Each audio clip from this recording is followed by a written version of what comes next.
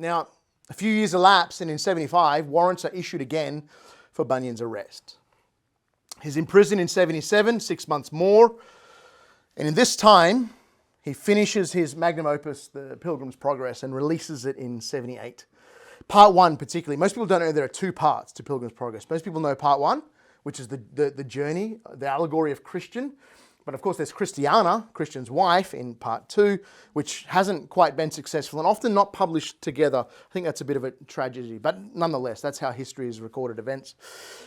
But he's written so many books. He wrote a wonderful book on prayer. And you ever read this book on prayer? Bunyan was a savage. He had a way with the English language. I don't know if there are many other authors that could do what he did. But in his book on prayer, he ostensibly takes such a large portion of that book to just deal with the Anglicans who keep reading prayers, like pre-rehearsed, pre-prepared, canned prayers. He talks about how's that a way to relate to God? Like, are you saying what you really think, or what the guy that wrote that a century ago thought? Like, is that really and I'm not against written prayers, but there's a grave question as to the piety and the jurisprudence of using them. Other famous works were The Holy War, a wonderful book. He's got a book on heaven and hell. Over 50 titles. I recommend just dive into Bunyan pretty much anywhere, and you'll be deeply, deeply blessed.